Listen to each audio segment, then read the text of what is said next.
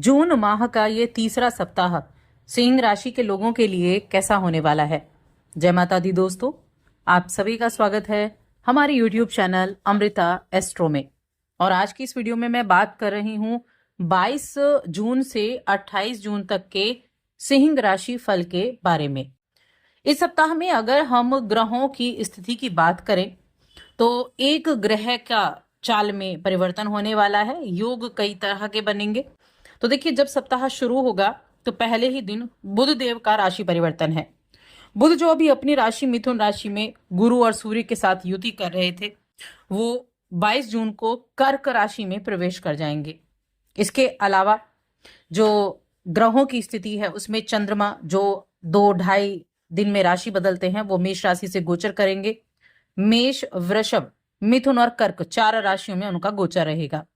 जब वृषभ राशि में होंगे तो शुक्र के साथ युति, जब मिथुन राशि में होंगे तो गजकेसरी योग बनाएंगे गुरु के साथ मिलकर, और त्रिग्रही योग भी बनेगा क्योंकि सूर्य भी मौजूद हैं। कर्क राशि में होंगे सप्ताह के अंत में तो बुध के साथ उनकी युति होगी। तो ये ग्रहों की स्थिति। इसके अलावा इस सप्ताह में 25 जून को आषाढ़ मास की अमावस्या तिथि भी है, और अमावस्या तिथि जो होती है ये बहुत ही महत्वपूर्ण होती है कुछ उपाय दान धर्म के लिए, उसके बारे में भी जानेंगे। तो ये हो गई हमारी ग्रहों की स्थिति। अब इसी के आधार पर चलिए जान लेते हैं ये सप्ताह आपके लिए कैसा रहेगा। आगे बढ़ने से पहले छोटा सा निवेदन है, चैनल पर पहली बार आए हैं, अभी तक चैनल को सब्सक्राइब नहीं किया है तो जरूर कर लें। तो यहाँ सबसे पहले मैं आपकी हेल्थ की अगर बात करूं, देखिए हेल्थ जो है ना वैसे तो ठीक रहेगी।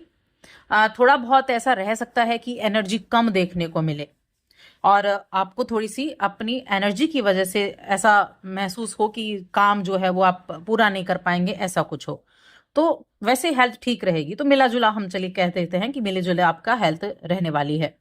बाकी चीजों में अगर देखा जाए तो आपकी जो राशि है उसमें मंगल मौजूद है। वैसे तो मंगल एनर्जी देने का काम करते हैं, लेकिन सामने वाले घर में कौन बैठा है? सामने वाले घर में शनिदेव बैठे हुए हैं, तो वो आपको थोड़ी सुस्ती भी लेकर आते हैं।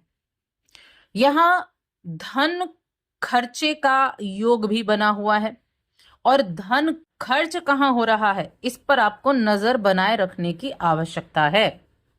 देखिए, बुध देव पहले सप्ताह की शुरुआत में ही राशि बदलेंगे, जो कि कर्क राशि में यानी आपके 12वें घर में जाए हैं। और मैं कहूंगी बुध की ये स्थिति बहुत अच्छी नहीं कही जा सकती है, क्योंकि धन भाव के स्वामी का 12वें घर में जाना धन खर्च का योग तो बना ही रहा है कि खर्च होगा। और ऊपर से बुध अपनी शत्रु राशि में भी है। तो इस सप्ताह में आपको थोड़ा सा ध्यान रखना होगा, अपने खर्चों पर कंट्रोल करना होगा, व्यर्थ में पैसे ना खर्चो, इस बात के लिए जागरूक रहना होगा। कोई आपको फ्रॉड ना कर दे इसके बारे में भी जानना होगा, सचेत रहना होगा। देखिए, लाभेश और द्वादेश में जब ये स्थिति है तो दूर के स्थान से भी लाभ करा सकती है। ऐसा नहीं कि सिर्फ खर्चे बढ़ा रही है, दूर के स्थान से भी लाभ करा सकती है। लेकिन साथ में लोग झांसे में फंसाने वाले बहुत होते हैं, अपनी योजनाओं में उलझा दिया, तो वहां भी थोड़ा सा ध्यान रखने की आवश्यकता जरूर बन जाती है। बाकी चीजों में देखा जाए तो सिंह राशि के जातकों के लिए खुशियों से भरा भी ये सप्ताह है। एक तरफ जहां हम खर्चे की बात की वहीं हम देखेंगे तो खुशियां भी आएंगी। परिवार के साथ शानदार समय बिताएंगे। हो सकता है इस सप्ताह में आपके घर पे कुछ मेहमानों का आना जाना हो, जिसके कारण घर का माहौल बड़ा ही सुखमय बन जाए, शानदार बन जाए। और परिवार के साथ, आपके अपनों के साथ बहुत अच्छा समय बीतेगा। परिवार में अगर कुछ उलझनें चल रही थी, कुछ दिक्कतें चल रही थी, तो आप समय उसका समाधान निकालने के लिए समय भी निकालेंगे। तो ये चीजें भी यहाँ आपके लिए इस समय अवधि में होने वाली हैं। देखिए, करियर की मैं बात करूं, अगर स्पेशली करियर को हम देखें तो करियर आपका अच्छा दिखाई दे रहा है। नया पद, शोहरत और लीडरशिप ये आपके लिए इस सप्ताह में होने वाले हैं। और लीडरशिप तो आपके रगों में होती है, आपके खून में होती है। तो ये लीडरशिप आपके लिए बड़ी अच्छी रहने वाली है। इस सप्ताह में आप किसी भी घर के सदस्य या अपने किसी भी मित्र के आगे अपनी भावनाओं को व्यक्त करने से बचें। बहुत ज्यादा ऐसी चीजें ना करें, अच्छा रहेगा। क्योंकि कई बार क्या होता है, आप विश्वास कर लेते हैं, कुछ ऐसी बातें उनके सामने बोल देते हैं जहां उनका गलत फायदा भी उठाया जा सकता है, जो आपको आहत भी कर सकता है। तो ये भी ध्यान रखना है, भावुकता नहीं रखनी है। भावुकता में चीजें जो है वो कई बार बिगड़ भी जाती हैं, कई बार अच्छी भी हो जाती हैं, लेकिन थोड़ा सा बस ध्यान रखना है। बाकी अच्छी चीजें भी हैं, अच्छी बात भी रहने वाली है। देखिए केतु आपकी लगन में, आपकी राशि में मौजूद हैं और अपने कार्यस्थल पर किसी से भी तब तक कोई वादा ना करें जब तक आप खुद ये ना जानते हो कि आप उसे पूरा कर सकते हैं। होता है ना, जोश में आके वादा कर दिया, तो ये नहीं करना है। इस चीज का ध्यान रखना है आपको। चलिए अब स्टूडेंट्स की बात कर लेते हैं। कैसा रहेगा शिक्षा के मामले में ये 7 दिन। तो इस सप्ताह में कई छात्रों को शिक्षा के साथ साथ आप अपने अलग से कुछ गतिविधियों में भी शामिल होने का मौका मिलेगा। और अगर पहले से शामिल हैं तो प्रदर्शित करने की जरूरत होगी। यानी कि आप जो पढ़ाई कर रहे हैं वो तो हो ही गया, उसके अलावा कुछ और सब्जेक्ट या कुछ और सीख रहे हैं, कोई और आप कोर्स वगैरह कर रहे हैं, अपनी स्किल्स को बढ़ा रहे हैं, तो वो अच्छा रहेगा। आसपास के लोगों से काफी ज्यादा आप मोटिवेट भी रहेंगे और कुछ एडमिशन के बारे में भी यहाँ बातें चर्चाएं चलती हुई दिखाई देंगी। हर एक चीज में बढ़ चढ़ कर हिस्सा लेते हुए दिखाई देंगे, क्योंकि देखिए मंगल राशि में बैठे हैं तो आपको एनर्जी तो ऐसी देंगे कि आप जोखिम उठाने के लिए तैयार रहेंगे। तो स्टूडेंट्स के लिए ये समय अच्छा रहने वाला है।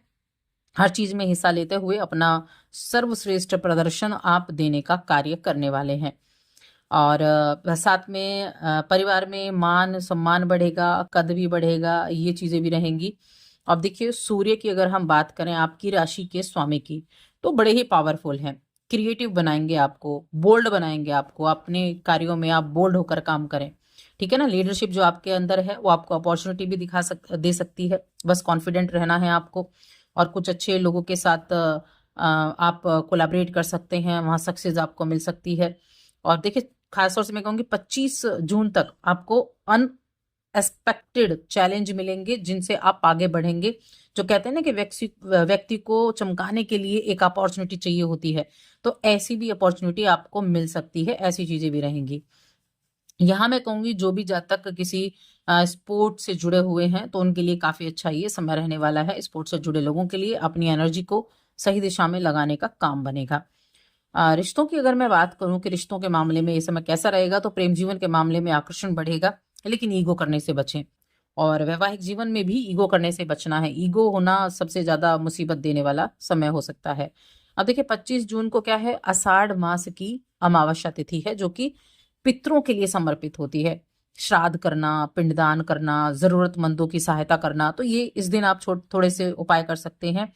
जैसे आप क्या करेंगे कि एक तो पितृ स्तोत्र का पाठ कर सकते हैं। अगर घर में कुछ ऐसी दिक्कतें चल रही हैं जो काफी लंबे समय से हैं, कुछ ठीक नहीं हो रहा है, तो अपने पितरों के निमित्त आप कुछ दान दें और पितृ स्तोत्र का पाठ करें। एक नारियल लें, घर में कोई बीमार व्यक्ति है या काम नहीं बन रहा है तो एक नारियल लें, उस बीमार व्यक्ति के ऊपर से 7 बार उतारें एंटी क्लॉकवाइज और उसको बहते जल में प्रवाह कर दें।